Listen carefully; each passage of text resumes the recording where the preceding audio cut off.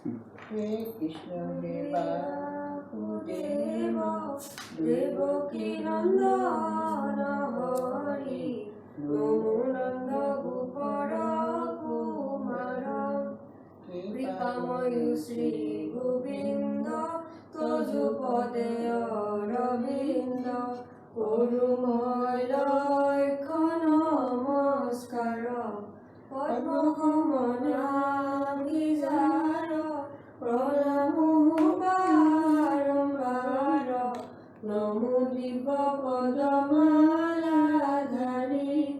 নমো পদ্ম নেত্র পদজার পত্র নমো ভকতয় ভয়হারী বাসুদেব কুত কৃষ্ণ তুমি ভকতর ঈশ্বর কংস সানুরাধি বিমোদন দেবকী হৃদয়ানন্দ জগতর গুরু কৃষ্ণ দুয়া পাবে করু বন্দন রাম দুয়া পাবে করু বন্দন।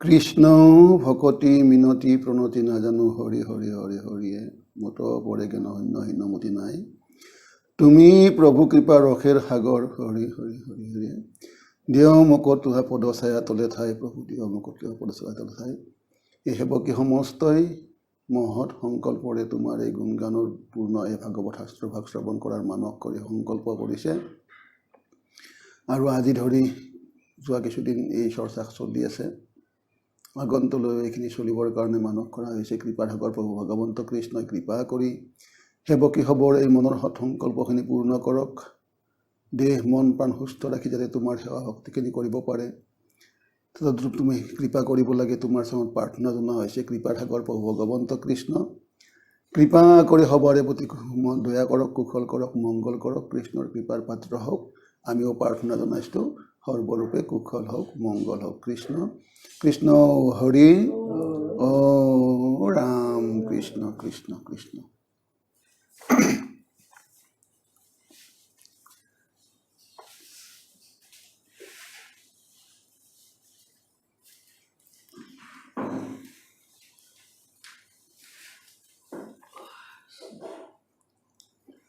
কৃষ্ণ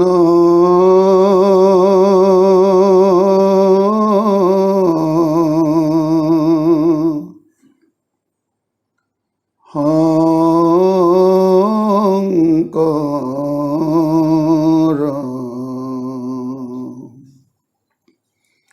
গুৰু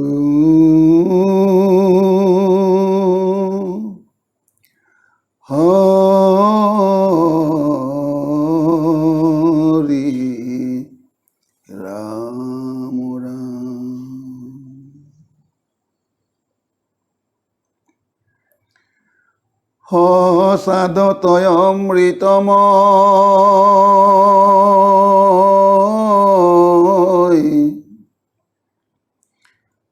কেৱলে আনন্দৰ ৰস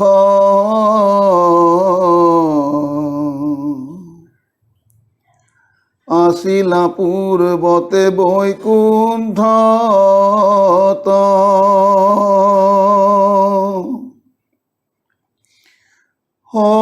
কৃষ্ণৰ কৃপাত পাছে অৰ্ধেক বয়স গৈলে পাইলা ব্ৰহ্মা পদ্মকলপত ব্ৰহ্মা দিলা নাৰদক ইটো ফল ৰহস্য নাৰদ ব্যাসক আনি দিলা নগৈল তিলেক ভাগি ইডালে সিডালে লাগি শুকমুখে মাতি তনামিল ৰাম শুকমুখে মাটিত নামিলা।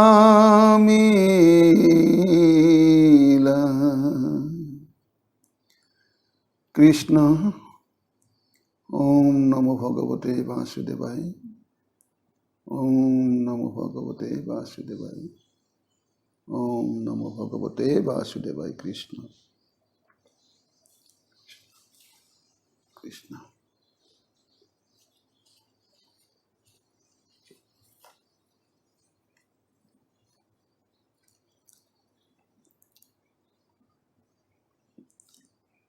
অশ্বত্থামাৰ শিৰোমণিকতা।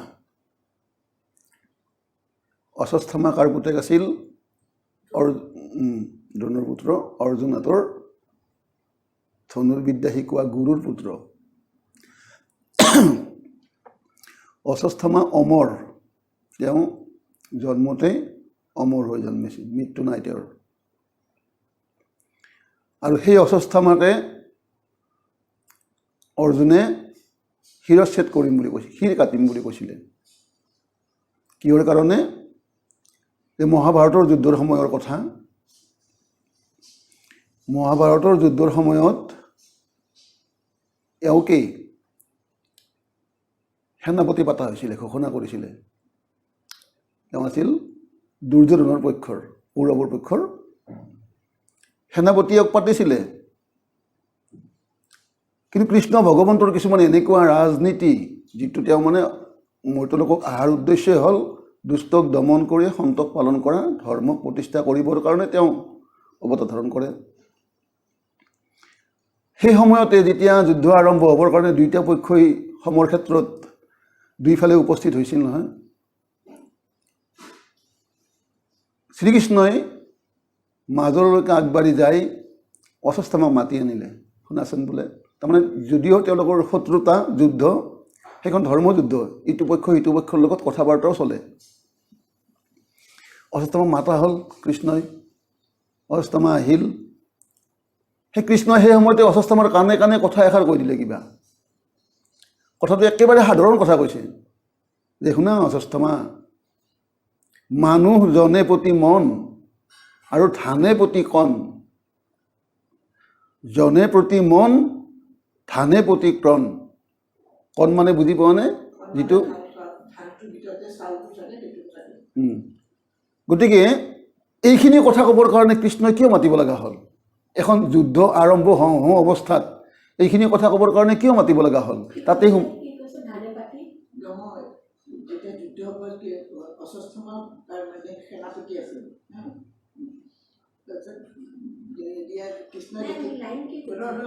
কৃষ্ণই যেতিয়া দেখিলে তাতো নমৰে, মৃত্যু নাই অশ্বত্থামা, যদি সি থাকে তেতিয়াহ'লে তাক অৰ্জুনক কেতিয়াও মাৰিব নোৱাৰে। সেইকাৰণে বুদ্ধি কৰি কৃষ্ণই অশ্বত্থামাক ওচৰলৈ মাতি আনি পেলাই ক'লে, এটা মানে মানুহৰ মনটোৰ প্ৰতি হেৰি থাকে, আৰু এটা চাউল, ধান, ৰাইচ বুজিছে নহয়, ধানটোৰ প্ৰতি ৰাইচ এটা থাকে। সেইটো চিম্পল কথা, সেইটোতো চবেই জানে। সেইটো কথা তোমালোকে মাতি আনি বুজি নাপাব কাৰণে আপুনি। তাৰপিছত কি হ'ল? সেইখিনি কথা ক'বৰ কাৰণে মাতি অনা হ'ল, ক'লে কথাখিনি। অশ্বত্থামাৰ হাঁহি উঠিল মনত। কি এই ভৰা যুদ্ধ এখনৰ সময়ত কৃষ্ণৰ কি এনেকুৱা দৰকাৰ আছিল যে এইখিনি কথা ক'বৰ কাৰণে মোক মাতিব লগা হ'ল? তেওঁ হাঁহি হাঁহি উভতি গ'ল। দুৰ্যোধনৰ মনত সংশয় হ'ল, শ্ৰীকৃষ্ণই কিবা আমাৰ ক্ষতি হ'ব পৰাকৈ কিবা শিকাই দিলে নেকি? শ্ৰীকৃষ্ণই এনেতো নামাতে, নিশ্চয় কিবা কাৰণ আছে, আমাৰ কিবা ক্ষতি কৰিবৰ কাৰণে এক কিবা বুদ্ধি সোমাই দিলে নিশ্চয়। দুৰ্যোধনে সুধিলে যে, অশ্বত্থামা কি ক'লে কৃষ্ণই তোমাক? বোলে কি ক'ব আৰু, মই বুজিয়ে নাপালোঁ একো। কি বোলে মানুহজনে প্ৰতি মন, ধানটোৱে প্ৰতি কণ, এইখিনি কথা ক'বৰ কাৰণে মোক মাতি আছে। শ্ৰীকৃষ্ণৰ এইখিনি কথা সঁচাকৈ কৈছিলে যদিও দুৰ্যোধনে বিশ্বাস নকৰিলে। এইখিনি কথা ক'বৰ কাৰণে নামাতে তোমাক নিশ্চয় কিবা বেয়া কথা সোমাই দিছে কাণত, তুমি সেইখিনি মোক ক'ব খোজা নাই, গতিকে মই ক'লোঁ তুমি সেনাপতি হ'ব নালাগে।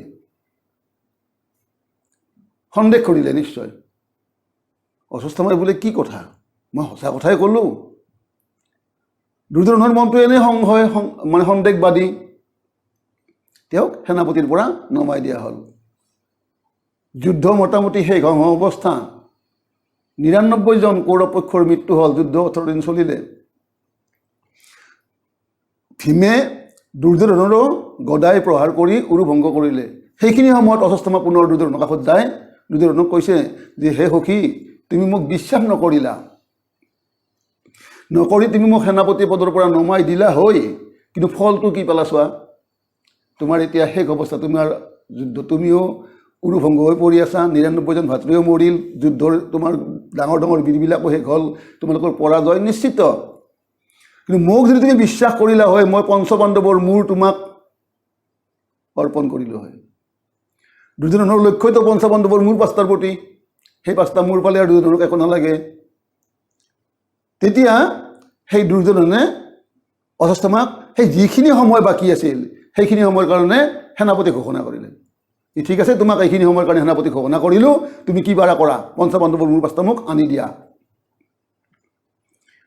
ঘোষণা হ'ল, সন্ধিয়া হ'ল। সন্ধিয়া যুদ্ধ বন্ধ হৈ যায়। ধৰ্মযুদ্ধ, দিনৰ ক্ষেত্ৰত যুদ্ধ চলে, সূৰ্য অস্ত গ'লে যুদ্ধ নাই।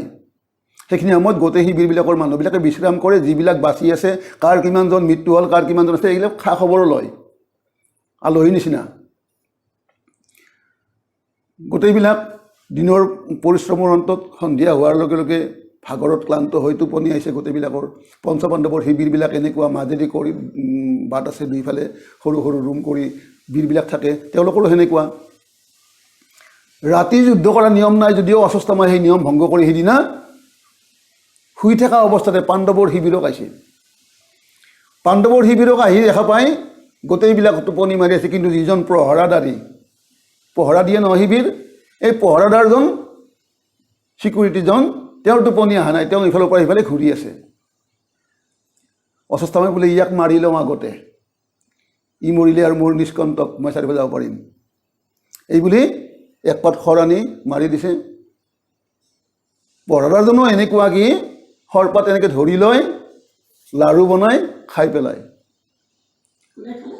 এই পহৰাদাৰজনে, যিজনে পহৰা দি আছে শিবিৰক, আৰু এক পাত খৰ আনি মাৰে, একেই কথা, শৰপাত ধৰি লয়, লাড়ু বনাই খাই পেলায়। অশ্বত্থামাই বোলে ইমান শক্তিশালী শৰ মাৰিছোঁ মই এজন পহৰাদাৰক, তেওঁৰে যদি ইমান শক্তি, এই পাণ্ডৱ পক্ষৰ কেনেকুৱা শক্তি হ'ব। তেতিয়া অশ্বত্থামাই ২-৪ বাৰ এনেকৈ কৰাৰ পিছত অশ্বত্থামাৰ চিন্তা আহিল যে এওঁ কোনো সাধাৰণ পুৰুষ নহয়, কাৰণ মোৰ হাতৰ শৰ যিয়ে লাড়ু বনাই খাই পেলাব পাৰে, ই নিশ্চয় সাধাৰণ কোনোবা নহয়। প্ৰাৰ্থনা আৰম্ভ কৰি দিলে, কোন তুমি, পৰিচয় দিয়া। স্তুতি মিনতি কৰিলে। স্তুতি মিনতি কৰাত অলপতে সন্তুষ্ট হৈ নাম আশুতোষ, যাৰ নাম ভোলানাথ শিৱ, তেওঁ আছিল পহৰাদাৰ। পাণ্ডৱৰ পক্ষত তেওঁ আছিল, কিন্তু তেওঁ যুদ্ধ কৰা নাছিলে, শিবিৰ ৰক্ষা কৰি আছিলে। বোলো কিয় আহিলা তুমি, দেখা দিলে, কিয় আহিলা তুমি? বোলো মই একবাৰ পাণ্ডৱৰ শিবিৰটো চাব বিচাৰোঁ। মহাদেৱে বোলে পাণ্ডৱৰ শিবিৰ চাব বিচাৰে মানে ইয়াত কিবা সময় থাকিব পাৰে, গতিকে শিবিৰবিলাক এনেকুৱা দীঘল, তাৰে ভাগ ভাগ কৰি এটা ৰুমত কোনোবা এনেকৈ থাকে।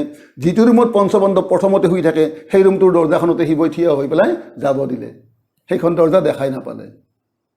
দ্বিতীয়খন দৰ্জা দেখিলে, সেইখন দৰ্জা খুলি সোমাই যায়, তাতে দেখে আন্ধাৰে মুন্ধাৰে কিপিয়াই চাই ৬ জন শুই আছে একেলগে। মূৰবিলাক শিপিয়াই চাইছে আন্ধাৰত, ৫ জন একেলগে আছে, একজনৰ কাষত আছে। এই কাষত থকাজনৰ মূৰটো ডাঙৰ মূৰটো ভীমৰ বুলি আগতে কাটিলে। বাকী 5টা মূৰ যাৰেই নহওক বাৰু, পঞ্চপাণ্ডৱৰ কোনোবাই হ'বতো, পঞ্চপাণ্ডৱৰ ১ নম্বৰ ৰুমতে থাকে, গতিকে 5টা মূৰ কাটি টপলা বনাই লৈ গুচি আহিলে। আহি দুৰ্যোধনক দিয়ে, চোৱা। দুৰ্যোধনে যেতিয়া দেখা পায়, তেওঁতো আচৰিত, আৰে এইটো পঞ্চপাণ্ডৱৰ মূৰ নহয়, দ্ৰৌপদীৰ 5টা পুত্ৰ আৰু লগতে এটা সেই কৌৰৱৰে ভায়েক এটা, বিকৰ্ণ, যাৰ নাম আছিল, পাণ্ডৱৰ পক্ষত সহযোগ কৰিছিল তেওঁ। সেইটো কাহিনী আছে, মই ক'ম। সেইটো ডাঙৰ মূৰটো হ'ল দুৰ্যোধনৰে ভায়েক, আৰু এই 5টা হ'ল দ্ৰৌপদীৰ 5টা পুত্ৰ। এই 5টা হ'ল দ্ৰৌপদীৰ 5টা পুত্ৰ। গতিকে দুৰ্যোধনেতো কান্দিব আৰম্ভ কৰি দিলে, কি কৰিলা তুমি? এনে মোৰ ভীমে খঙতে উৰু ভংগ কৰি থৈছে, ৰাতিপুৱালে খবৰ পাব যে তেওঁৰ 5টা পুত্ৰৰ মৃত্যু, কালি মোক আছাৰি মাৰিব, আৰু তোমাকো এনে নেৰিব। ভয় পাই অশ্বত্থামা পলাল। ভয় পাই অশ্বত্থামা পলাল, দুৰ্যোধনে কান্দিয়ে থাকিলে। তাৰপিছত কি হ'ল, ৰাতিপুৱা সঁচাকৈ সকলোৱে গম পালে কথাষাৰ যে পঞ্চপাণ্ডৱৰ 5টা পুত্ৰৰ মূৰ ইতিমধ্যে অশ্বত্থামাই কাটি লৈ গুচি গ'ল। তেতিয়াই অৰ্জুনে প্ৰতিজ্ঞা কৰিলে যে সেই দ্ৰৌপদীয়ে কান্দিব ধৰিলে। ভীমৰ খংটো গম পায়, জ্বলি উঠিছে খঙত। দ্ৰৌপদীয়ে কান্দি থকা দেখা পাই অৰ্জুনে ক'লে যে হে সতী শান্তি, তোমাৰ এই মনৰ দুখ এনে নাতৰিব যদিহে মই সেই অধম দ্বিজৰ মূৰটো কাটি তোমাক দিব নোৱাৰোঁ। প্ৰতিজ্ঞা কৰি দিলে তেওঁ। অধম দ্বিজ মানে অশ্বত্থামাক কৈছে, তাৰ মূৰটো কাটি আনি দিব পাৰিলে তোমাৰ হৃদয় শান্ত হ'ব। ভীমেতো খঙত জ্বলি আছে, পালেই মাৰিব। দ্ৰৌপদীয়ে কান্দি কান্দি অশান্ত হৈ আছে। অৰ্জুনে প্ৰতিজ্ঞাই কৰিলে, 3টা কথা মিলিল। কৃষ্ণৰ লগত অশ্বত্থামাক বিচাৰি অৰ্জুনে খেদি গ'ল। যাই বহু নিলগত যাই তেওঁক ধৰিব পাৰিলে। কি হ'ল, এই হাত ভৰি 4খন লগ কৰি বান্ধি আনি দ্ৰৌপদীৰ আগত পেলাই দিলে। তেতিয়া কৃষ্ণই কৈছিল, ৰ'বা তুমি এইবিলাক কি কৰি আছা? তুমি কাটিম বুলি প্ৰতিজ্ঞা কৰিছা, কাটাচোন। কৃষ্ণই জানে অশ্বত্থামা অমৰ, কেনেকৈ কাটিব, কেনেকৈ মৰিব, কাটা তুমি। ভীমে জ্বলি আছে, কৈছে ভীমৰোতো এনে খং উঠি আছে, গতিকে নাকাটিলে তোমাকো এনে নিদিব, গতিকে দ্ৰৌপদীৰো মনটো শান্ত নহ'ব। 3টা কথা তুমি পূৰণ কৰা, তোমাৰ প্ৰতিজ্ঞা কেনেকৈ ভংগ কৰা। অৰ্জুনে একো মাতা নাই, আনি দ্ৰৌপদীৰ আগত পেলাই দিছে পশুৰ নিচিনাকৈ। দ্ৰৌপদীৰ দেখি পেলাই কেনেকুৱা অৱস্থা হৈছে এইখিনি কথা ইয়াতে পঢ়িলে পাই যাম আমি।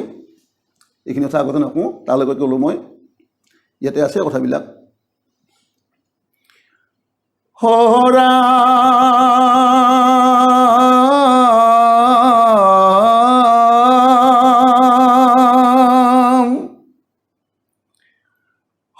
নিগদতি হুত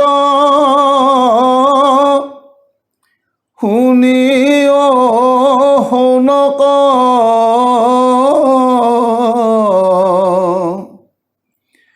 প্ৰমুখ্যে ঋষি যতে আবে পৰীক্ষিত নৃপতিৰ জন্ম তোমাত কহ প্ৰত্যেক।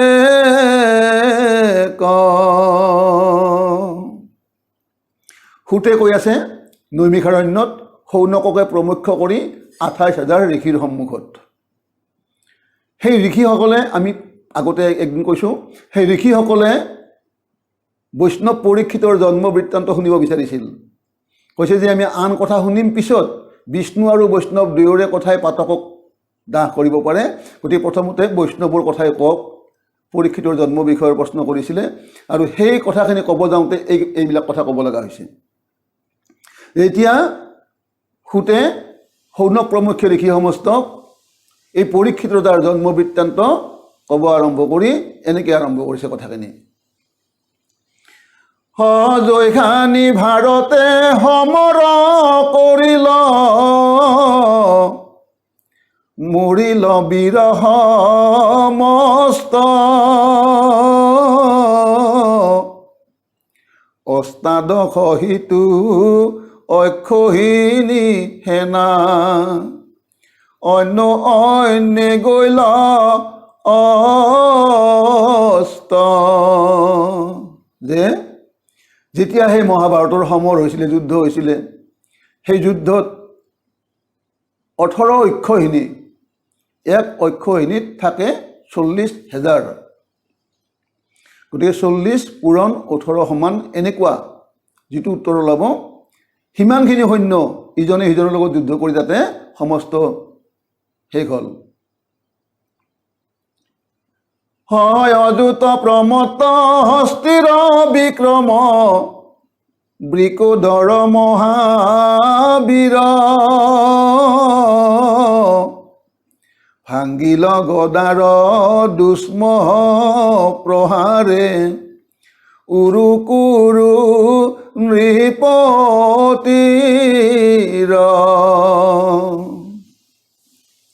অযুত, এক অযুতত কিমান থাকে? আমি যে অংক কৰোঁ একক দশক শতক হাজাৰ অযুত 10,000 10,000 প্ৰমত্ত হাতীৰ শক্তি আছিল ভীমৰ। এজন ভীমৰ গাত 10,000 প্ৰমত্ত হাতীৰ শক্তি আছিলে। সেই 10,000 হাতীৰ শক্তিযুক্ত সেই বৃকোদৰ মানে ভীমে গদাৰ প্ৰহাৰে দুৰ্যোধনৰ উৰুও ভাঙিলে। সেইখিনি সময়তে কি হ'ল, কৌৰৱ ৰাজাৰ প্ৰীতি সাধু বুলি অস্বস্থামা মহামানী পাঞ্চালীৰ পঞ্চ পুত্ৰৰ হীৰক কাটিয়া যোগাইলা আনি। আৰু সেইখিনি সময়তে মই আগতে কোৱা কথাখিনি যে কৌৰৱ ৰজা দুৰ্যোধনৰ প্ৰীতি সাধন কৰোঁ বুলি ভাবি অস্বস্থামাই আহি সন্মুখত এই মই কৈ যোৱা কথাখিনি কোৱাৰ পাছত তেওঁ সেনেকৈ গোপনে যায় পাণ্ডৱ বুলি ভাবি পাণ্ডৱৰ 5টা পুত্ৰৰে মূৰ 5টা কাটি আনি দুৰ্যোধনক অৰ্পণ কৰিলে। দুৰ্যোধনে কি কৰিব এতিয়া, বংশছে দেখি দুখে দুৰ্যোধনে দ্ৰোণীক পাৰিলা গালি কদৰ্থি মাৰিবে মোকে ভীমে বুলি মৰিলা মাথায়া ফালি। তেওঁলোকৰ অৰ্থাৎ দুৰ্যোধনৰ বংশটোতো শেষেই হ'ল। এই পাণ্ডৱৰ বংশ 5টা হ'লেও থাকিল হয় বংশত। এতিয়া বংশ যেতিয়া ছেদ কৰি দিলে দুখতে দুৰ্যোধনে দ্ৰোণী মানে সেই অস্বস্থামাক কোৱা হৈছে, অস্বস্থামাক নানান ধৰণৰ গালি পাৰিব আৰম্ভ কৰিলে। লগতে এইখিনিও ক'লে যে ভীমে যেতিয়া শুনিব তেওঁলোকৰ 5টা পুত্ৰৰ মূৰ কাটা বুলি মোক ঠেকেচি মাৰিব, এই বুলি নিৰুপায় হৈ নিজৰ মাথা নিজে আফালি দুৰ্যোধনে দ্ৰোণীক গালিও পাৰি আছে, নিজে কান্দিও আছে। শুনিয়া দ্ৰৌপদী পুত্ৰ পাঞ্চগুটি কাটিলা দ্ৰোণী নিদ্ৰাত শোকেনো হিথিৰ হিয়া দুই চিৰ ফৈলা যেন বজ্ৰ পাত। আৰু একেবাৰে স্বাভাৱিক কথা, দ্ৰৌপদীয়ে সেই কথা শুনিলে যে দ্ৰোণীয়ে অৰ্থাৎ অস্বস্থামাই শুই থকা অৱস্থাতে তেওঁৰ 5টা পুত্ৰৰ মূৰ 5টা কাটি লৈ গুচি গ'ল। এজনী মাতৃৰ 5টাকে পুতেকৰ যেতিয়া মূৰ 5টা কাটি লৈ যাব কোনোবাই, মাতৃৰ হৃদয় কেনেকুৱা হ'ব লাগিব, 2 চিৰ হৈ নাযাব জানো? শোকত তেওঁ থিৰ কৰিব পৰা নাই, তেওঁৰ হিয়া 2 চিৰ হৈ গৈছে, তেওঁৰ ফালি গৈছে হিয়া। এনেকুৱা এটা অৱস্থা যেন মাথাত তেওঁৰ বজ্ৰ হৈ পাত হৈছে।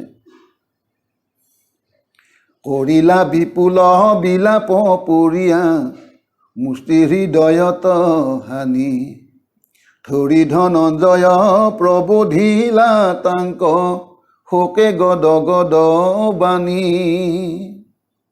এনেকুৱাকৈ কান্দিব আৰম্ভ কৰিলে দ্ৰৌপদীয়ে, যিন নিজৰ হাতেদি নিজৰ বুকুতে ভুকিয়াই তেওঁ কান্দাখন আৰম্ভ কৰি দিছে। আৰু এনেকুৱা পাগলীৰ নিচিনাকৈ কান্দিছে তেওঁ। তেতিয়া ধনঞ্জয়ে কি কৰিব, ধনঞ্জয়ে গাত ধৰি লৈ প্ৰবোধ বচনেৰে দ্ৰৌপদীক শান্ত কৰিবৰ চেষ্টা কৰি কিছু কথা কৈ আছে। ৰাম দুৰ্জন দ্বিজৰ মাথাক কাটিয়া যাবে আনিনে দোতক নুগুচাই বুটাবে মহাহতি তোৰ দুষ্মহ পুত্ৰৰ শোক। সেই দুৰ্জন দ্বিজ অস্বস্থামাৰ মূৰটো কাটি যেতিয়ালৈকে তোমাক আনি দিব নোৱাৰোঁ, হে মহাসতী দ্ৰৌপদী, তোমাৰ এই দুষ্মহ পুত্ৰৰ শোক তেতিয়ালৈকে নাতৰিব। গতিকে কি কৰিলে অৰ্জুনে? এহি বুলি ক্ৰোধে কৃষ্ণ ধনঞ্জয় একে ৰথে গৈলা খেদি পলাই প্ৰাণ ৰাখি ৰথে অস্বস্থামা তাসম্বাক লাগনে দি। এই বুলি মহাখঙত কৃষ্ণ আৰু অৰ্জুনে এখন ৰথ লৈ অশ্বত্থামাক বিচাৰি খেদি গ'ল। অশ্বত্থামাই ভয় পাইছেতো, আগতে কৈছোঁ কথাখিনি। তেওঁ লগ দিয়া নাই, প্ৰাণান্তাকে চেষ্টা কৰিছে তেওঁ নিজকে বচাই ৰখাৰ কাৰণে, আৰু লগ নিদি তেওঁ পলাই আছে। কিন্তু কিমান পলাব আৰু অৰ্জুনৰ ৰথৰ আগত? সংকটত বাজি যাইবা ক নপাৰি প্ৰহাৰিলা ব্ৰহ্মৰ দশ দিশে চানি জ্বলিলা অগনি যেন মহাপ্ৰলয়।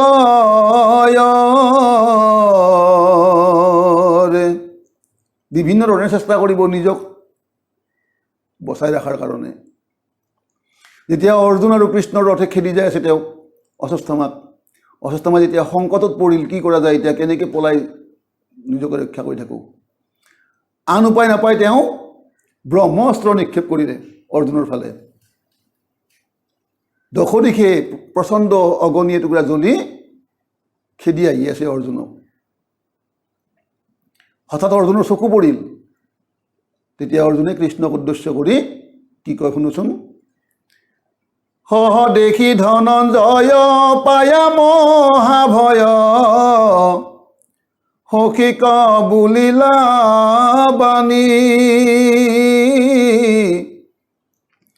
হে কৃষ্ণ কৃষ্ণ প্ৰভু ভগৱন্ত কিবা বনি আহে চানি। অৰ্জুনে দেখা পাই মহা ভয় পালে মনতে। তেওঁ কি এনেকুৱা প্ৰচণ্ড জুই? সখী কৃষ্ণক তেওঁ সুধিলে, হে কৃষ্ণ হে প্ৰভু হে ভগৱন্ত, কি এটুকুৰা প্ৰচণ্ড জুইয়ে আমাৰ ফালে আগবাঢ়ি আহি আছে, চোৱাচোন। কৃষ্ণই ক'ব তেতিয়া, সংকট সময়ে বাৰে, অৰ্জুনে কৈ আছে, সংকট সময়ে বাৰে বাৰে ৰাখা ভকতৰ ভয় হাৰি তোমাৰ চৰণ বিনে নাহি গতি সম্প্ৰতি মূৰ মুৰাৰী। তুমি হে কৃষ্ণ, আমাৰ জীৱনত যিমানবাৰ যি সংকটে আহিছে, প্ৰতিটো সংকটতে তুমি আমাক ৰক্ষা কৰি আছা। তুমি ভকতৰ ভয় হৰণ কৰ্তা। তোমাৰ চৰণ বিনে আৰু আমাৰ গতি নাই, সম্প্ৰতি তোমাৰ চৰণে আমাৰ সমস্তখিনি গতি। আৰু এনেকুৱা এটা অৱস্থাত পৰিছোঁ যে মহা প্ৰলয়ৰ জুই নিচিনাকৈ জুই এটুকুৰাই আমাৰ ফালে আগবাঢ়ি আহি আছে। সেয়েহে তোমাৰ ওচৰত এইখিনি কথা ব্যক্ত কৰিছোঁ। কি সেনেকুৱা? আৰু এইখিনি কথা ক'ব যাওঁতে তুমি হয়তো এনেকৈও ক'ব পাৰা মোক, কেনেকৈ? হেনবা বুলিবা আমি মানুহ কিহ কৰা গোচৰ জানিলো তুমিহি পৰম পুৰুষ জগতৰে মহেশ্বৰ। তুমি ক'ব পাৰা যে হে অৰ্জুন, তুমিও মানুহ ময়ো মানুহ। তুমি যদি বুজি পোৱা নাই কি বস্তু, মই কেনেকৈ বুজিম? মোক কিয় গোচৰ কৰিছা? এনেকৈ তুমি হয়তো মোক ক'ব পাৰা, কিন্তু তুমি সেনেকৈ ক'ব নালাগে। মই জানিলোঁ যে তুমিহে পৰম পুৰুষ, তুমিহে গোটেই জগতৰ মহেশ্বৰ। আৰু সেই জগতৰ মহেশ্বৰে কি কৰি আছা?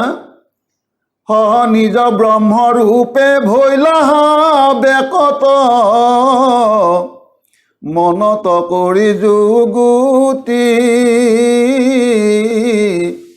মহাহুখে এক হৰণ ভকতে লভক ভোজি মুকুতি। আৰু সেনেকুৱা এজন মহান ঈশ্বৰ যি নিজ ব্ৰহ্মৰূপ ধাৰণ কৰি ব্যক্ত হৈছা মনত যুক্তি কৰি যে তোমাৰ এই অৱতাৰৰ যিখিনি লীলা যিখিনি গুণ কৰ্ম সেইখিনি ধাৰণ কৰিয়ে এক শৰণীয়া ভকতসকলে যাতে মহাসুখে মুক্তি লাভ কৰিব পাৰে তাৰ অৰ্থে তুমি মহান জগতৰ ঈশ্বৰ হৈও ব্ৰহ্মৰূপ ধাৰণ কৰি তুমি অৱতাৰ ধৰি আছা। আমি বুজিবৰ আৰু বাকী নাই, আমি জানিছোঁ প্ৰতিটো সংকটতে তুমি আমাক ৰক্ষা কৰি আছা আৰু এইবাৰো মোৰ সন্মুখত এটা মহা সংকট তুমি উপায় কৰা। হে ৰাম হেনয় ভকত বান্ধৱ মাধৱ তোমাৰ তেজিয়া হেৱ হুয়া অন্ধমতি কোনেনো সম্প্ৰতি ফজিবে ক আন দেৱ। গতিকে তুমি সেনেকুৱা ভকতৰ বান্ধৱ হে মাধৱ, তোমাৰ সেৱা তেজি কোন অন্ধমতীয়ে আন দেৱক ভজিবৰ কাৰণে চেষ্টা কৰিব। জানিয়া শৰণে পখিলো জানিয়া চৰণে পখিলো শৰণে তোমাৰ মই কিংকৰ আকাশ কচানি আহে কি বাবনি কৰি মুত সত্তৰ।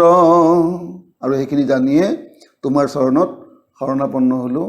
মই তোমাৰ কিংকৰ, এই আকাশ মানে আকাশৰ ফালে কি বনি আহি আছে তুমি সোনকালে মোক কোৱা। মাধৱে বলন্ত শুনা প্ৰাণ সখী নাহি আন অদভূত প্ৰাণৰ কাতৰ হুয়া ব্ৰহ্মহৰ প্ৰহাৰিলা দ্ৰোণ সুত। এতিয়া ভগৱন্ত মাধৱ শ্ৰীকৃষ্ণই প্ৰাণসুখী অৰ্জুনক কৈছিলে যে ইয়াত অদ্ভুত ভাবিব লগা একো কথা নাই। প্ৰাণৰ কাতৰ হৈ দ্ৰোণসূত অস্বস্থামাই ব্ৰহ্মহৰ নিক্ষেপ কৰিছে। দশ দিশ দেখা দহিয়া আশয় সেহি মহাবনি বৰ ব্ৰহ্মাস্ত্ৰ ক ব্ৰহ্ম হায়কে সংহাৰ কৰি সখী সত্তৰ। চোৱাচোন, দশ দিশ আগুৰি ধৰি আহি সেই মানে প্ৰলয়ৰ বহনীৰ নিচিনাকৈ খেদি অহা বহনীয়ে দাহ কৰি আহিছে চাৰিওফালে। গতিকে সেই ব্ৰহ্মাস্ত্ৰক তুমি তোমাৰ ব্ৰহ্মহায়ক নামৰ অস্ত্ৰপাত প্ৰহাৰ কৰি সোনকালে সংহাৰ কৰা। ব্ৰহ্মাস্ত্ৰক নাশ কৰিব পৰা অৰ্জুনৰ এটা শক্তি আছিলে ব্ৰহ্মহায়ক।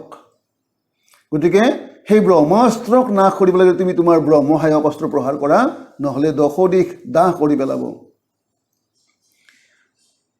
শুনি হয় বহাচি আচান্ত ভৈলন্ত উল্লাসিত অতি জীৱ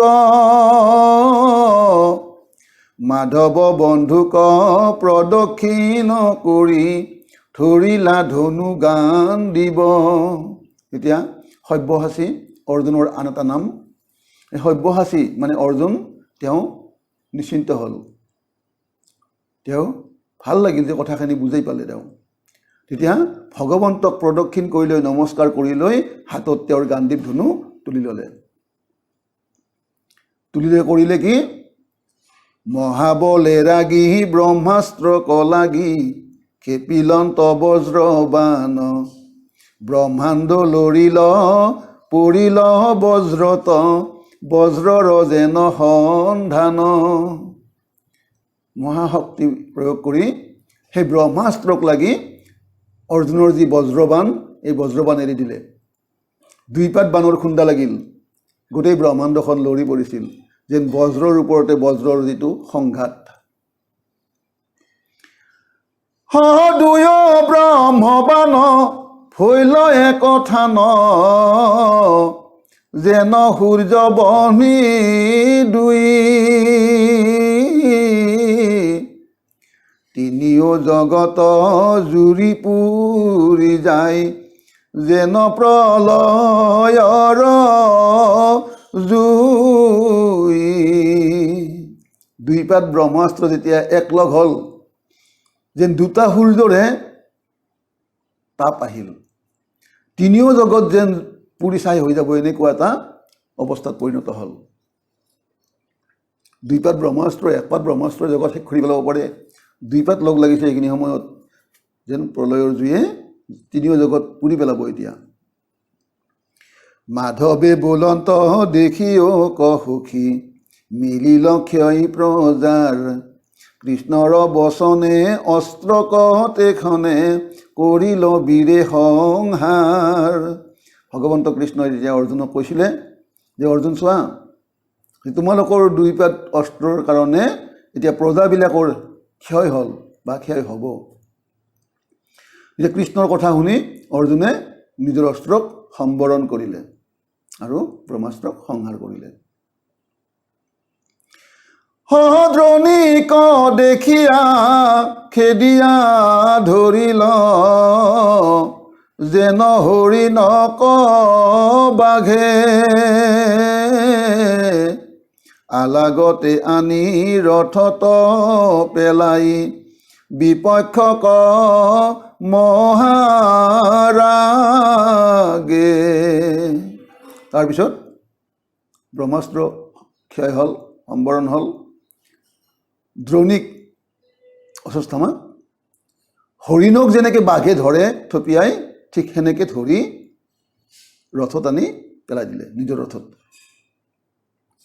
চাৰি হাত ভৰি একঠাই কৰি বান্ধিলন্ত টানি টানি, নকাটি দ্বিজক লৈ যান্ত টানিয়া কপিলন্ত চক্ৰ পানী। দুখন ভৰি দুইখন হাত অৰ্থাৎ চাৰি হাত ভৰি এক ঠাই কৰি টানি টানি বান্ধি টানি টানি লৈ আছে। তেওঁতো প্ৰতিজ্ঞা কৰিছিল তাৰ মূৰটো কাটিম বুলি। যেতিয়া মূৰটো নাকাটি টানি লৈ যাই আছে, তেতিয়া ভগৱন্ত কৃষ্ণই অৰ্জুনক কোপ কৰি কথাখিনি ক'ব,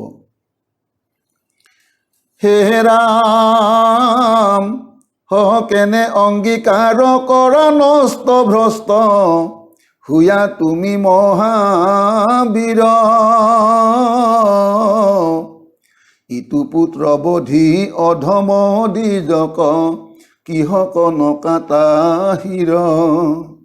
হে অৰ্জুন, তুমি মহাবীৰ, সেনেকুৱা মহাবীৰ হৈ তুমি অংগীকাৰ কিয় নষ্ট কৰা, তোমাৰ প্ৰতিজ্ঞা কিয় ভংগ কৰা? এই অধম দ্বিজ তোমাৰ পুত্ৰবধি, তাৰ শিৰটো তুমি কাটিম বুলি কৈছিলা, কিয় নাকাটা? ক্ৰোধে আৰাপত আখি অৰ্জুনৰ, নেদিলা একো সিদ্ধান্ত। দ্ৰৌপদীৰ আগে দুৰ্জন দ্বিজক, ঠকচাই পেলাই লন্ত। খঙত অৰ্জুনৰ চকু ৰঙা পৰি আছে। কৃষ্ণই যে কিবা কৈছে তেওঁক, তাৰ কোনো তেওঁ উত্তৰ দিয়া নাই। দ্ৰৌপদীৰ আগত নি সেই দুৰ্জন বুলি কৈছে অশ্বত্থামাক, সেই দুৰ্জন দ্বিজক ঠেকেচা মাৰি পেলাই দিয়া হ'ল।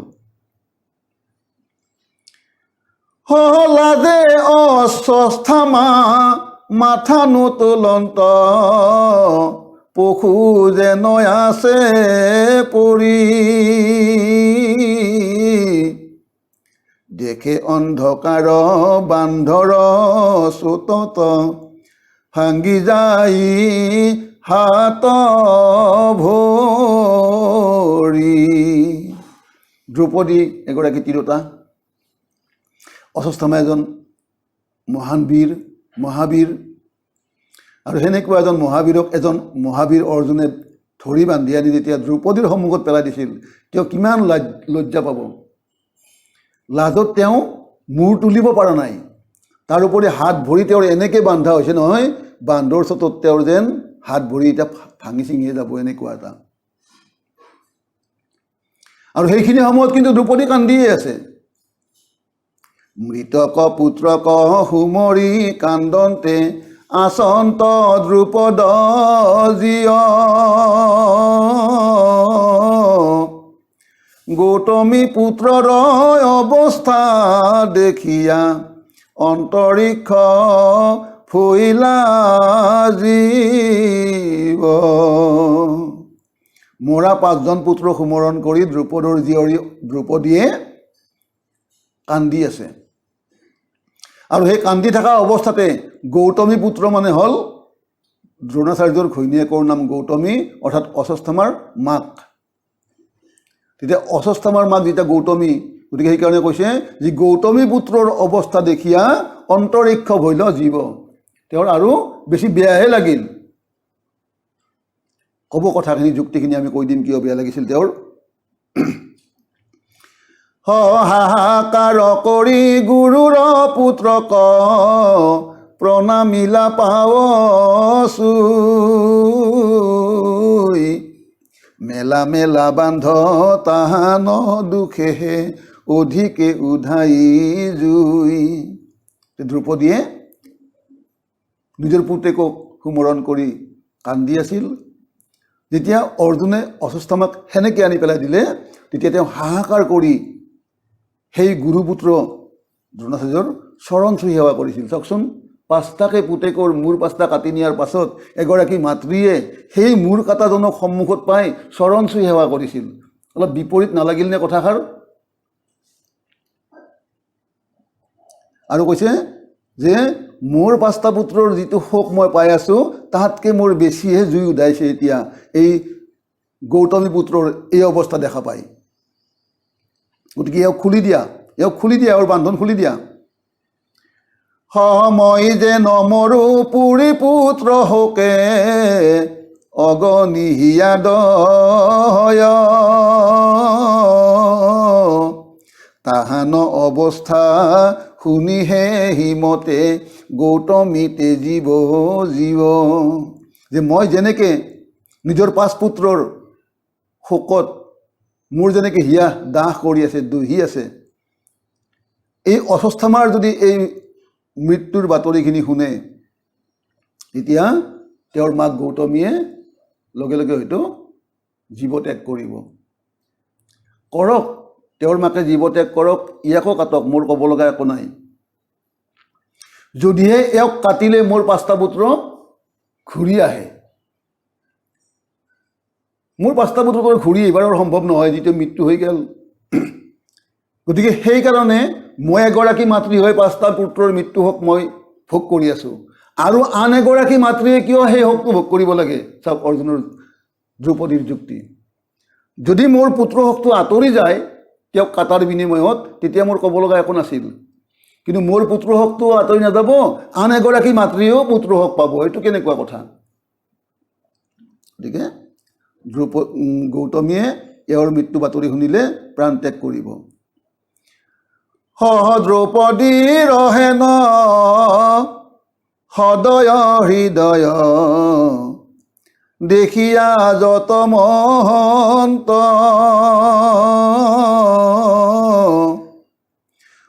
সাধু সাধুহতী ধন্য ধন্যমতী, বুলি হবে প্ৰশংসন্ত। দ্ৰৌপদীৰ তেনেকুৱা সদয় হৃদয়, অৰ্থাৎ ইমান দয়াবান তেওঁৰ হৃদয়, আৰু যিয়ে 5 পুত্ৰৰ বধকৰ্তাকো ক্ষমা কৰি দিব পাৰে, সেনেকুৱা মহানতা দেখি সমাজৰ বাকীবিলাকে সাধুবাদ কৰিছে তেওঁক, ধন্যবাদ দিছে তেওঁক, প্ৰশংসা কৰিছে তেওঁক। পুত্ৰ বধি দিজ তাহাংক খমিলা, নমিলা তুমি মাৱ, তোমাৰ সমান শান্তিনে দেখিব, কৰিলা হেন আৰা। নিজৰ পুত্ৰ বধকৰ্তা নিজকো তুমি ক্ষমা কৰি দিলা, সেনেকুৱা এজনৰ তুমি চৰণ সেৱা কৰিলা। তোমাৰ সমান শান্তি আৰু এই পৃথিৱীত আন কোনো নোলাব, বা নেদেখিম, বা দেখা নাছিলোঁ, বা আগতে হোৱা নাছিলে। এনেকুৱাকৈ সকলে প্ৰশংসা কৰিব আৰম্ভ কৰিলে। শুনা সামাজিক জন যথা জগন্নাথ কথা তথা পুণ্য তীৰ্থৰ নিবাস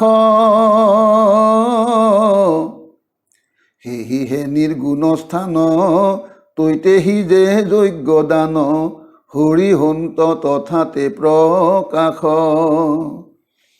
প্ৰতিটো অধ্যায়ৰ শেষতে এই গুৰুসকলে আমাক উদ্দেশ্য কৰি কৰি কিছু উপদেশ দিয়ে আৰু এইবাৰো সেই আমাকেই সামাজিক বুলি সম্বোধন কৰি লৈ আমাক মানে যিয়ে ভাগৱতৰ শ্ৰোতা হয় বা ভক্তা হয় এইবিলাকক সম্বোধন কৰি সেই গুৰুসকলে দিয়া উপদেশত আজি এনেকুৱাকৈ উপদেশ দিছে যে সেই সামাজিকজন যি ক্ষেত্ৰত যি স্থানত প্ৰভু ভগৱন্ত জগন্নাথৰ কথা আলোচনা হয় সেইখনে পুণ্যতীৰ্থত পৰিণত হয়। য'ত ভগৱন্তৰ বিষয়ে চৰ্চা হয় আলোচনা হয় ভগৱন্তৰ কথা চলে শ্ৰৱণ বা কীৰ্তন হয় সেইখন পুণ্যতীৰ্থত পৰিণত হয় আৰু সেইখন স্থান নিৰ্গুণ স্থান হয়। তাতেই যজ্ঞ আৰু সেই যজ্ঞৰ যি ফল দান কৰিলে যি ফল এই সমস্ত সেইখিনি ক্ষেত্ৰত উপস্থিত থাকিলে সিদ্ধি হয়। কাৰণ কিয় হৰি তাত প্ৰকাশ হয়। আজি ইয়াতে জানাই নাজানাই আমি যিখিনি কৰি আছোঁ ভগৱন্তৰ বিষয়ে আলোচনা কৰি আছোঁ গতিকে এইখন এখন পুণ্যতীৰ্থ ক্ষেত্ৰ বেলেগ নৈমিষাৰণ্য আৰু বেলেগ নাই এইখনে। গতিকে কৈছে আমাক সহজানি শুনা কৃষ্ণ কথা জন্মক নকৰা বৃথা সমস্ত শাস্ত্ৰৰ ইখে সাৰ কৃষ্ণ কথা পঢ়ি হৰি ফুৰে আন কৰ্ম কৰি সিটো চিন্তে আপোনাৰ মাৰ। আৰু সেইখিনিকে জানি বুজি লৈ কৃষ্ণ কথা শুনা এই দুৰ্লভ মনুষ্য জন্মক বৃথা নকৰিবা। সমস্ত শাস্ত্ৰই সেইখিনি কথাকে আমাক কয় যে মনুষ্য জন্ম লাভ কৰাৰ মূল উদ্দেশ্য হ'ল কৃষ্ণত শৰণাপন্ন হৈ কৃষ্ণই কৰি থৈ যোৱা লীলা কৰ্মবিলাক কৃষ্ণৰ গুণ যশৰ কথাবিলাক শ্ৰৱণ বা কীৰ্তন কৰি এই জীৱটোক মুক্তি প্ৰদান কৰা। আৰু 84 লক্ষবাৰ জন্ম ভোগ কৰি কৰি আহি একবাৰ এই মনুষ্য জীৱনটো পাই এই জন্মটোক বৃথা নেখেদাবা ইয়াক সফল কৰা।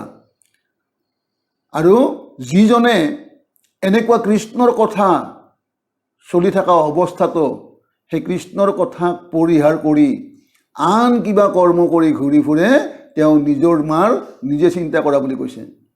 সংসাৰত আমি বেলেগক বহুতকে শত্ৰু জ্ঞান কৰোঁ কিন্তু শাস্ত্ৰই কোৱা মতে আপুনি আপোন শত্ৰু আপুনি আপোন বন্ধু আপুনি আপোন ৰাখে মাৰে। নিজেই নিজৰ শত্ৰু নিজে নিজৰ বন্ধু নিজে নিজক ৰাখিবও পাৰোঁ মাৰিবও পাৰোঁ। কাৰণ কিয় হৰিক ভজি আমি আমাক তৰাব পাৰোঁ আৰু হৰিক নভজি আমি অধোগতি যাব পাৰোঁ। গতিকে মোতকৈ শত্ৰু আৰু মোৰ বেলেগ কোনো নাই আৰু মোতকৈ বন্ধুও মোৰ বেলেগ কোনো নাই। যদি মই জীৱটোক বন্ধু ভাবি লওঁ তেতিয়াহ'লে মই ভগৱন্তৰ বিষয়ে এনেকুৱাকৈ ভাবি ল'ম আৰু যদি মই জীৱনটোৰ শত্ৰু জ্ঞান কৰোঁ তেতিয়াহ'লে মই হয়তো ভগৱন্তক বাদ দি এইবিলাকক গুৰুত্ব নিদি নিজে অধোগতি যাম। গতিকে মোতকৈ শত্ৰু মোতকৈ বন্ধু আৰু মোৰ কোন আছে?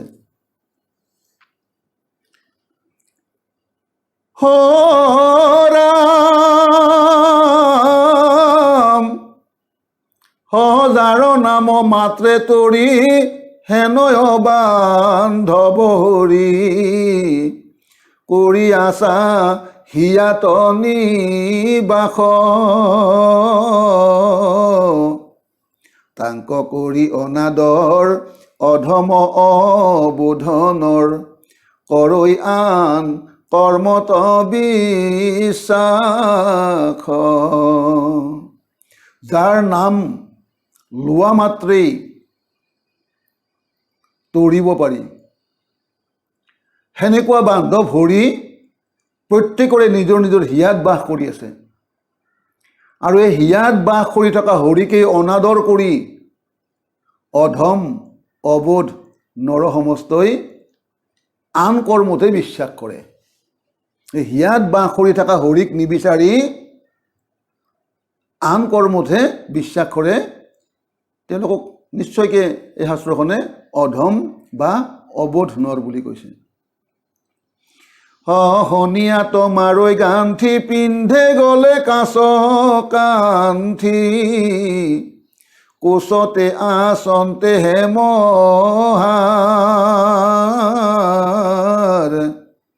হাতৰ অমৃত তেজি মৰৈ যেন বিষ ভুঞ্জি ফুল হেহি পতন্তৰ তাৰ। যে হেমহাৰ, হেম মানে সোণ, সোণৰ হাৰ, তাক অৱহেলা কৰি আছোঁ, লগতে আছে, কিন্তু পিতল এলুমিনিয়ামৰ এইবিলাকৰ বস্তুবিলাকক বেছি শ্ৰদ্ধা কৰি আছোঁ। অমৃত হাতত আছে, কিন্তু অমৃতক গ্ৰহণ নকৰি বিষকহে বিচাৰি বিষ ভোগ কৰি আছোঁ। গতিকে এই উদাহৰণটো সেই কৃষ্ণ, হিয়াত থকা কৃষ্ণক অনাদৰ কৰি আন কৰ্ম কৰি থকাসকলক সেই উদাহৰণ দিছে আমাক। সাধৈ মহা সৰ্বসিদ্ধি ভকতৰ নৱনিধি মাধৱৰ অৰুণ চৰণ শৰণলৈ অকতাত দিনে হৈ আয়ু পাত যদ্যপিও নেদেখা মৰণ।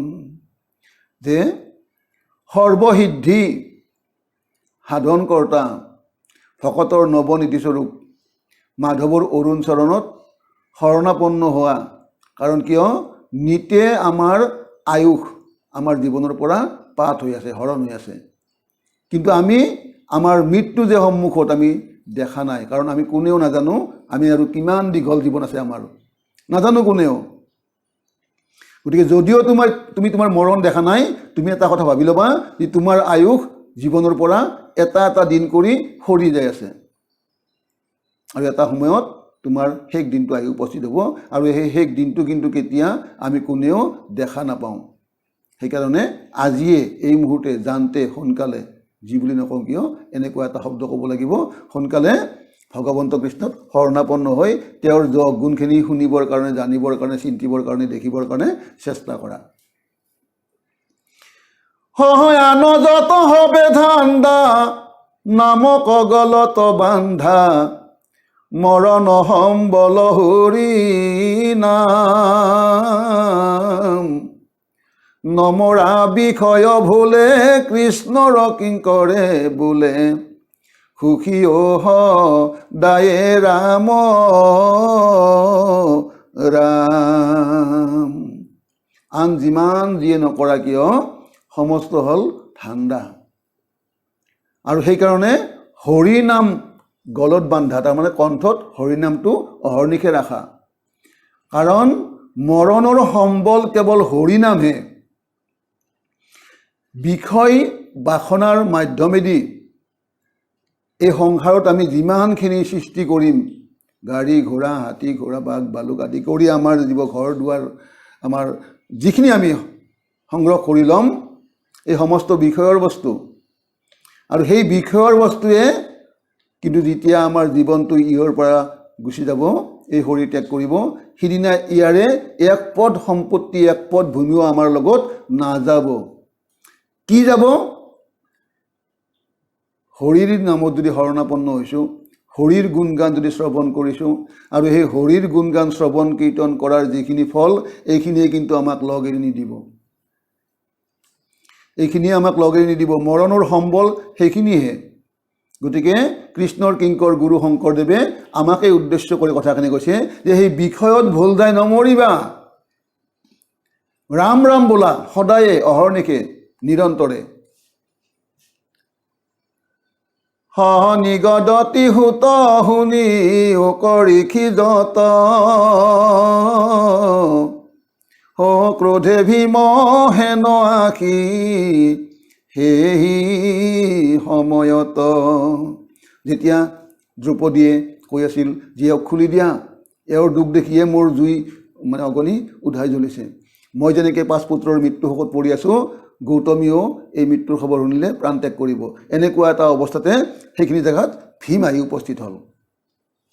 ভীমৰতো খং ক্ৰোধত তেওঁ একদম মানে ছটফটাই আছে, কি কৰিম কি নকৰিম। দখন চবায়া কোপে কম পায়া শৰীৰ, জানতে কাটা কাটা দুষ্ট ব্ৰাহ্মণৰ শিৰ। দাঁত কামুৰি খঙত শৰীৰ কঁপি আছে তেওঁৰ। তেওঁ কৈছে সোনকালে এই দুষ্ট ব্ৰাহ্মণৰ শিৰটো কাটা। অৰ্জুনক লক্ষ্য কৰি কৈ আছে, ৰাম দ্ৰৌপদী বলন্ত ৰাখা ৰাখা আন প্ৰাণ, কাটা কাটা বুলি ভীমে পাইলা সন্নিধান। দ্ৰৌপদীয়ে কৈ আছে তেওঁক ৰক্ষা কৰা, ভীমে কৈ আছে তেওঁক কাটা। মাজত আছে কৃষ্ণ আৰু অৰ্জুন। দেখি কৃষ্ণে বেকত কৰিলা 4 হাত, ভাংগন্ত কন্দল দুয়ো এৰা উৎপাত। তেতিয়া কৃষ্ণই দেখা পাই 4 হাত ব্যক্ত কৰি লৈ এই দ্ৰৌপদীয়ে যে কৈছিল ৰাখা, ভীমে যে কৈছিল কাটা, তেওঁলোকৰ কণ্ডলখন ভাঙি দিলে। কৃষ্ণৰ হাত 4খন নে 2খন? এই ফটোখন আছে চাওকচোন। কৃষ্ণৰ হাত 4খন নে 2খন? 2খন। কিন্তু জন্ম লওঁতে 4খন পাইছিলোঁ আমি। কৃষ্ণ ৰূপে দৈৱকীত ভৈলা অৱতাৰ,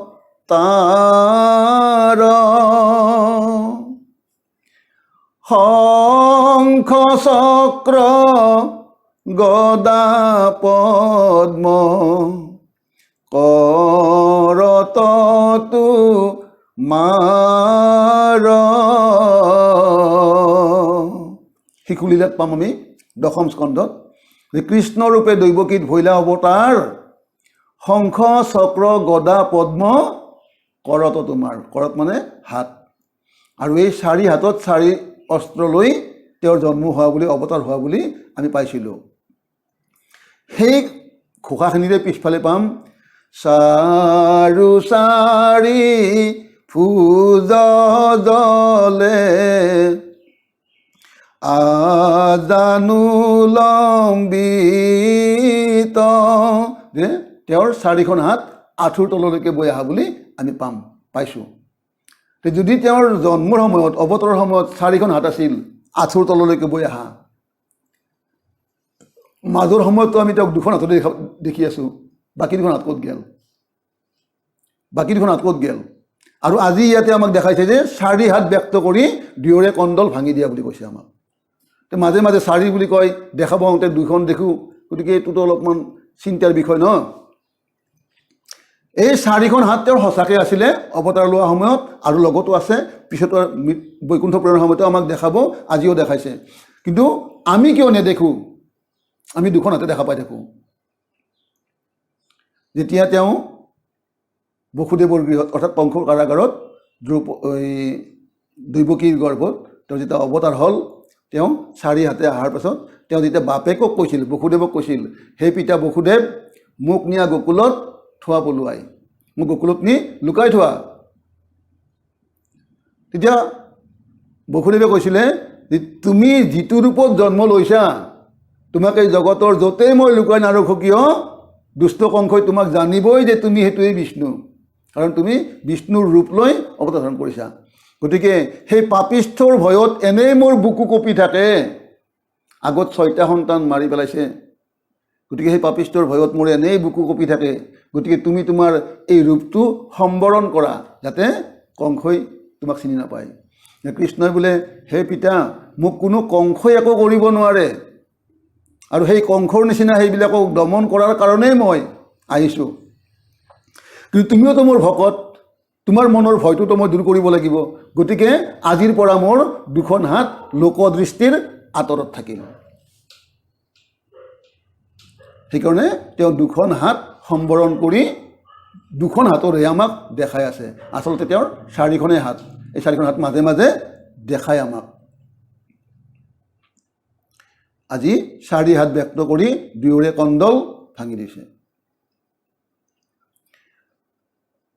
দুয়ো হাতে দুই কণী বৰ তাইলা যদুৰাই, বুলিলা বচন পাছে অৰ্জুনক চাই। দ্ৰৌপদীৰ বচন কি মতে পৰে ৰক্ষা, কোন বুদ্ধি ৰাখিবা ভীমৰ মহাকক্ষা। দুয়োকে শান্ত কৰি লৈ অৰ্জুনক চাই কৈছে যে শুনা অৰ্জুন, দ্ৰৌপদীয়ে কৈ আছে তেওঁক ৰক্ষা কৰা, গতিকে দ্ৰৌপদীৰ কথাষাৰ কেনেকৈ তুমি ৰাখিব পাৰা। ভীমে কৈ আছে তোমাক যে তেওঁক কাটা, গতিকে ভীমৰো এই মহাখংটো তুমি কেনেকৈ বন্ধ কৰি ৰাখিব পাৰা। তাৰোপৰি নিজেও কৈছিলা, তুমি কি কৈছিলা, বুলিলা আপুনি হিৰ কাটিব পূৰ্বতে, তিনি কথা আবে ৰক্ষা পৰে কেন মতে। তুমিওতো তাৰ শিৰটো কাটিম বুলি প্ৰতিজ্ঞা কৰিছিলা কিছু আগত। গতিকে এই তিনিটা কথা কেনেকৈ ৰক্ষা কৰিব পাৰা তুমি চিন্তা কৰা।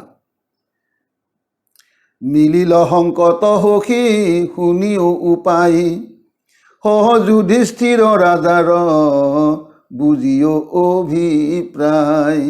তুমি সংকটত পৰিছা, কিন্তু তোমাৰ প্ৰতিজ্ঞা ৰক্ষা নকৰিলেও প্ৰতিজ্ঞা ভংগ হ'ব, দ্ৰৌপদীৰ কথাষাৰ নাৰাখিলেও এটা মহা বৈমাল হ'ব, ভীমকতো ৰক্ষা কৰাটো মানে ভীমৰ খংটোতো দমন কৰাটো অলপ টান কথা। গতিকে তিনিটা কথা ৰক্ষা কৰি তুমি কেনেকৈ কি কৰিব পাৰা এই সংকট অৱস্থাত, তুমি তোমাৰ দাদা যুধিষ্ঠিৰক এবাৰ সুধি চোৱাচোন। যুধিষ্ঠিৰে কি কয়, মনে গুণী ধনঞ্জয়ে পাইলা উপদেশ, চূড়ামণি সহিতে কাটিলা তাৰ কেশ। এতিয়া অৰ্জুনে মূৰটোহে কাটিম বুলি কৈছিলে, মূৰ কাটিম বুলি কওঁতে যে মূৰটো ইয়াৰ পৰাহে কেৱল মূৰটো নেকি, এই মূৰটোৰ তালুখনতো মূৰ হয়, চুলিৰ পৰা অলপমান তলত যিখিনি চামৰা আছে সেইখিনিতো মূৰৰে চামৰা হয়। অশ্বত্থামাৰ চূড়ামণি এটা আছিলে ইয়াতে। গতিকে অৰ্জুনে মনত চিন্তা কৰি পাইছে যে আচলতে তিনি কথাকে ৰক্ষা হওক, দ্ৰৌপদীৰো মনটো ৰক্ষা কৰক, মানে মনৰ কথাখিনি ৰওক, ভীমৰো খংটো কমক, মোৰো প্ৰতিজ্ঞা ৰওক। এই ভিতৰত খুৰ এখন আনি অশ্বত্থামাৰ চুলিবিলাক কাটি দিছিল, খুৰাই দিছিলে। এই খুৰাই দিওঁতে খুৰখন অলপমান ডাঠকৈ বহাই লৈ চূড়ামণি সহিতে মূৰৰ চামৰা অলপমান কাটি লৈ গুচি গৈছে। মূৰটো কাটাই হ'ল, শিৰ কাটিম বুলি কৈছিলে, শিৰ কাটা হ'ল। কি হ'ল,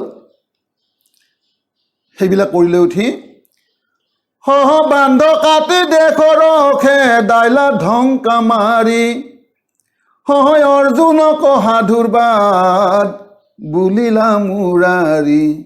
তাৰপিছত তেওঁৰ হাতে ভৰি বান্ধি থোৱা আছিল নহয়, এই বান্ধবিলাক খুলি দিলে, দি ঢকা মাৰি দেশৰ পৰা ওলাই দিছে।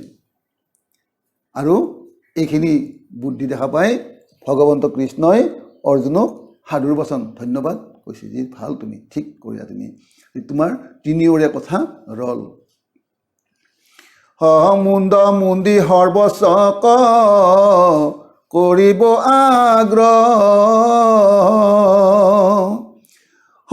নিকালিব দেশৰ ভাঙ্গিব তাৰ গহ। এইবুলি অৰ্জুনে কৈছে যে তাৰ সমস্ত চুলি কাটি মুণ্ডন কৰি তাৰ সমস্ত আগ্ৰহ তাক দেশৰ পৰা উলিয়াই দি তাৰ যিটো অহংকাৰ এইখিনি নাইকিয়া কৰিম। দুষ্ট ব্ৰাহ্মণৰ দণ্ড এহিহে বিহিত, জানিলা ধৰ্মৰ তত্ত্ব ভৈল কৃত কৃত। এই দুষ্ট ব্ৰাহ্মণৰ উচিত দণ্ড এইখিনিয়ে। সাধু সাধু বুলি প্ৰশংসিলা যুধিষ্ঠিৰ, সাফলিলা প্ৰতিজ্ঞা অৰ্জুন মহাবীৰ।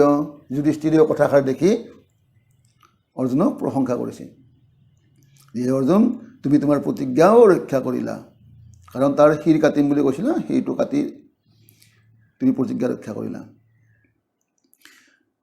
এহি মতে অৰ্জুনক প্ৰশংসিতে হিত, যুদ্ধ যিনি পাঞ্চ ভাই হৈল কৃত কৃত। আৰু এনেকৈ সময়ত সেই কুৰুক্ষেত্ৰৰ যুদ্ধত পাণ্ডৱ পক্ষৰ জয় হ'ল, কৌৰৱৰ পৰাজয় হ'ল। আমি সেইখিনি কথা সেনেকৈ থাকিল। এতিয়া ইফালে কি হয় চাওঁ। পৰম আনন্দ ইয়াতি ভৈলন্ত তহিত, গোবিন্দ পুৰিলে পাণ্ডৱৰ মনোনীত। গতিকে পৰম আনন্দৰ এটা পৰিৱেশ আহি পৰিল। যুদ্ধৰ আগলৈকে কিমান আছিল, আজি বোলে বনবাস, কালি বোলে কিবা, কালি বোলে এনেকৈ কিমান অশান্তি আছিলে। যুদ্ধ শেষ হৈ যেতিয়া যুদ্ধ জয় হ'ল, এটা আনন্দৰ পৰিৱেশত আহি পৰিল। আৰু ভগৱন্ত গোবিন্দই পাণ্ডৱৰ মনৰ এই মনোনীত বাঞ্ছা পূৰ্ণ কৰিলে। তাৰপিছত সহমৃত কৰ কৰি পাছে পিণ্ড জলাঞ্জলি, থাকিলা হস্তিনাপুৰে পাঞ্চ মহাবলী। যিবিলাক মৰিল যুদ্ধত, সমস্তৰে যিখিনি কৰ্ম কৰিব লাগে, জলাঞ্জলি পিণ্ড আদি সমস্তখিনি কৰা হ'ল। আৰু হস্তিনাপুৰত পাঁচ মহাবলীয়ে ৰাজ্য প্ৰতিষ্ঠা কৰি থাকিল। পাছৰ বৃত্তান্ত শুনি কহ বেৰিখি, ভাৰত যুদ্ধ কহাংগ কৰি হৰিষি। গতিকে সেই শৌনক, সেই 28,000 ঋষিক প্ৰমুখ কৰি শৌনকে কৈছে এতিয়া যে এনেকুৱাকৈ মহাভাৰতৰ যুদ্ধ শেষ হ'ল, এটা শান্ত পৰিস্থিতি আহি পৰিল। তাৰ পাছৰ যি পৰিস্থিতি, তাৰ পাছত কি ঘটিল, এইখিনি কথাও মই তোমালোকক কওঁ, তোমালোকে শুনি লোৱা। কথাখিনি ক'ত কৈ আছে? নৈমিষাৰণ্যত এই কথাখিনি চলি আছে। সুতে কৈ আছে ঋষি সমস্তক, আৰু আমি আজি সেইখিনিকে পঢ়ি আছোঁ।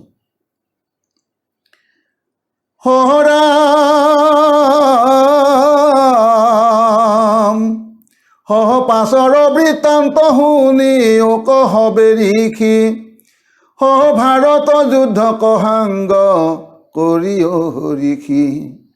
দ্বাৰকা কজাইবে লাগি চিন্তি চক্ৰ পানী, যুধিষ্ঠিৰ নিপতিত লৈলন্ত মেলানি। কৃষ্ণৰ ঘৰটো দ্বাৰকাতহে।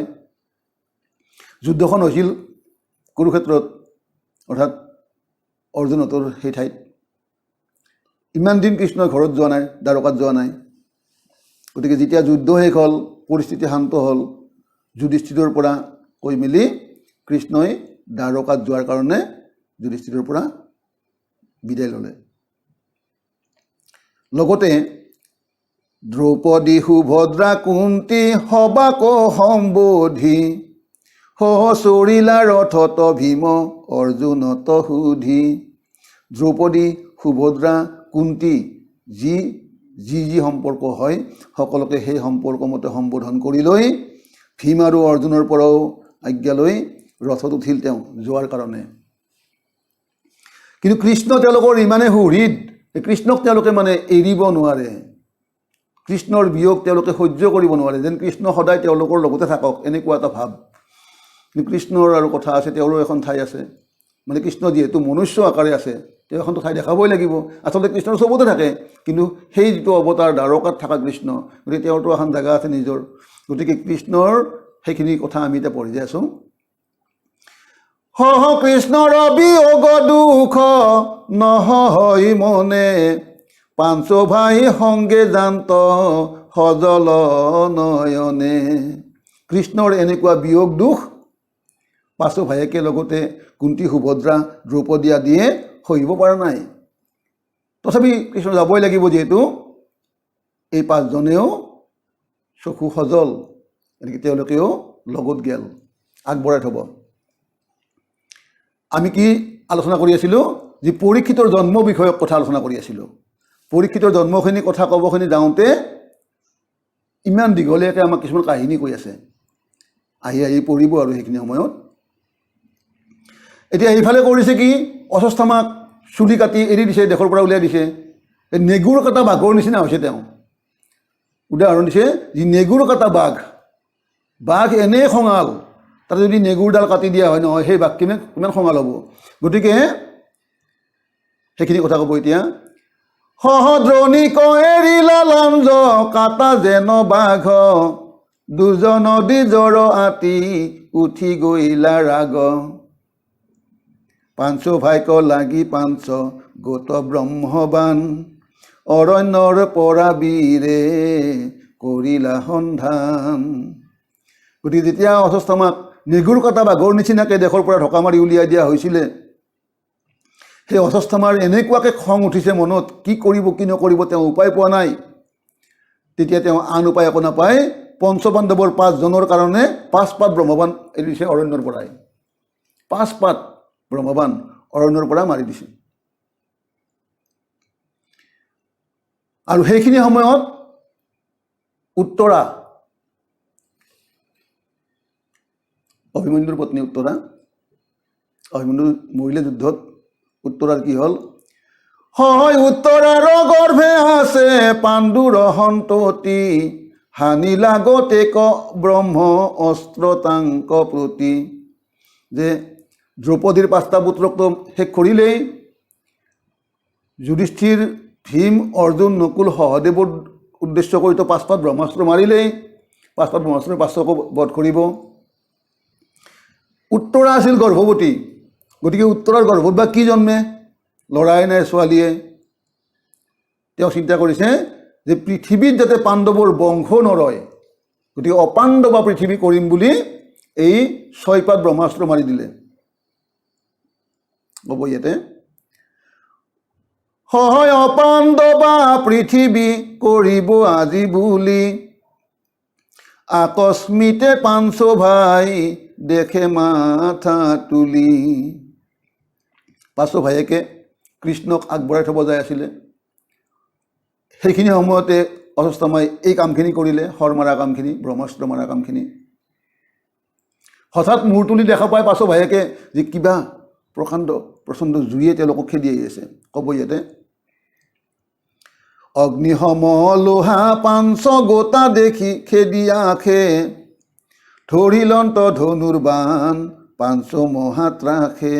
এই অগ্নিৰ নিচিনাকৈ 5 গোটা অস্ত্ৰই তেওঁলোকক খেদি আহি আছে। দেখি লগে লগে তেওঁলোকতো বীৰ, ধনুৰ ধৰে একোজন, তেওঁলোকে নিজৰ নিজৰ ধনুবিলাক আৰম্ভ কৰি লৈছে ব্ৰহ্মাস্ত্ৰক নাশ কৰিবৰ কাৰণে। এতিয়া কৃষ্ণৰ কথা হ'ল কি, 1 পাত ব্ৰহ্মাস্ত্ৰই জগত শেষ কৰি পেলাব পাৰে। সেনেকুৱাকৈ 5 পাত ব্ৰহ্মাস্ত্ৰ 5 জনে যদি সম্বৰণ কৰি আৰু 5 পাত ব্ৰহ্মাস্ত্ৰ মাৰে 10 পাত হ'ব। 10 পাত ব্ৰহ্মাস্ত্ৰৰ অগ্নিত এই পৃথিৱীখন পৃথিৱী থাকিব নেকি? কৃষ্ণই এইখিনি হ'ব দিয়া নাই। কৃষ্ণই কৰিছে কি? লগে লগে কৰিছে কি? সহ দেখি খেপিলন্ত চক্ৰ হৰি হাতী ৰাগি, ভস্ম ভৈল ব্ৰহ্মাস্ত্ৰ চক্ৰৰতে জলাগি। ভগৱন্তই নিজৰ হাতৰ চক্ৰ, সুদৰ্শন চক্ৰ এৰি দিছে। সুদৰ্শন চক্ৰই যাই ব্ৰহ্মাস্ত্ৰৰ তেজখিনি হৰণ কৰি লৈছে, শক্তিখিনি। সেই 5 জন ৰক্ষা পৰিল। উত্তৰাৰ এইফালে কি হৈ আছে তো এওঁলোকে গম পোৱা নাই। উত্তৰা আছে ঘৰত, এওঁলোক আছে বাটত। গতিকে উত্তৰাৰ কি হৈছে গম পোৱা নাই। সেইখিনি সময়ত কি হ'ল? উত্তৰা দেখন্ত অস্ত্ৰ আহে লোহাময়, গৰ্ভৰ বিনাশ হেতু ভৈলা মহাভয়। উত্তৰাই যেতিয়া দেখিলে তেওঁ মহাভয় পালে। তেওঁ নিজৰ কাৰণে ভয় কৰা নাই, তেওঁ মৰি যাওক সেইটো চিন্তা তেওঁ কৰা নাছিলে। তেওঁ চিন্তা কৰিছে যে গৰ্ভৰ বিনাশ হ'ব বুলি। হৰাম দিলন্ত লৱৰ হাতী বিভ্বল স্বভাৱে, ত্ৰাহি ত্ৰাহি কৃষ্ণ বুলি পৰিলন্ত পাৱে। তেওঁ আৰু আন উপায় নাপায় দৌৰিছে একদম কৃষ্ণৰ ওচৰলৈকে। কৃষ্ণ যাই আছে বাটত। ত্ৰাহি ত্ৰাহি কৃষ্ণ, ত্ৰাহি কৃষ্ণ, ত্ৰাহি কৃষ্ণ বুলি দৌৰি যায় কৃষ্ণৰ চৰণত দীঘলৈ পৰি গ'ল। খেদি আহে কিবা অস্ত্ৰ গোট মোক প্ৰতি, কৰা পৰিত্ৰাণ বন্ধু মাধৱ সম্প্ৰতি। চোৱাচোন, কিবা ব্ৰহ্মাস্ত্ৰই মোক খেদি আহি আছে, মোক পৰিত্ৰাণ কৰা হে বন্ধু মাধৱ। কিয়? তেওঁৰতো 5টা শহুৰেক আছিল, অৰ্জুন আছিল, ভীম আছিল ইমান শক্তিশালী। তেওঁলোকক আশ্ৰয় নকৰি কিয় কৃষ্ণক আশ্ৰয় কৰিলে? এইটো মূল শক্তি। সেইটো বুজিব লাগিব আমি। আমাৰ নিজৰ যিমানেই যি শক্তি নাথাকক কিয়, ধানৰ পৰা আৰম্ভ কৰি দেহৰ বল যিমান আমাৰ নাথাকক, এই শক্তিখিনি কাম নিদিয়ে। কিন্তু যদি ভগৱন্ত শক্তিত আমি আশ্ৰয় লওঁ তেতিয়াহে মূল শক্তি। উত্তৰাই ভাল কথা বুজি পাইছে চাওকচোন। উত্তৰাই জানিব লাগিছিল যে তেওঁৰ 5 জন শহুৰেক আছে লগত, যুধিষ্ঠিৰ ধাৰ্মিক, ভীমৰ দৰে বলৱন্ত, অৰ্জুনৰ দৰে গাণ্ডীৱধাৰী, এনেকুৱা থকাৰ পাছতো কিন্তু তেওঁলোকক সহায় খোজা নাই, ডাইৰেক্ট কৃষ্ণৰ চৰণত পৰি গৈছে। এইটো বস্তু যিটো বুজাই বুজে।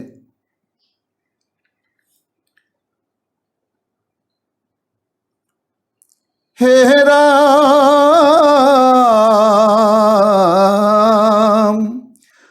হেৰাই আখি পাইলে মোক দুৰন্ত মৰণে, অভয় চৰণে প্ৰভু পখিলো হৰণে। মোক দুৰন্ত মৰণে যে আগুৰি ধৰিছে মই গম পালোঁ, গতিকে মই তোমাৰ এই অভয় চৰণত শৰণাপন্ন হ'লোঁ। অগতিৰ গতি মোক কৰা পৰিত্ৰাণ, তুমি বিনে ৰাসন্তানে দেখো নাথ আন। অগতিৰ গতি তুমি অগতিৰ গতি সাধন কৰিব পাৰা, গতিকে তুমি মোক পৰিত্ৰাণ কৰা। তুমি বিনে আৰু মোক ৰাখিব পাৰা মই আন গৰাকী বা আন মালিক বা আন নাথ কাকো ভবা নাই। গতিকে এইটো উচিত বস্তু, আচল কথা।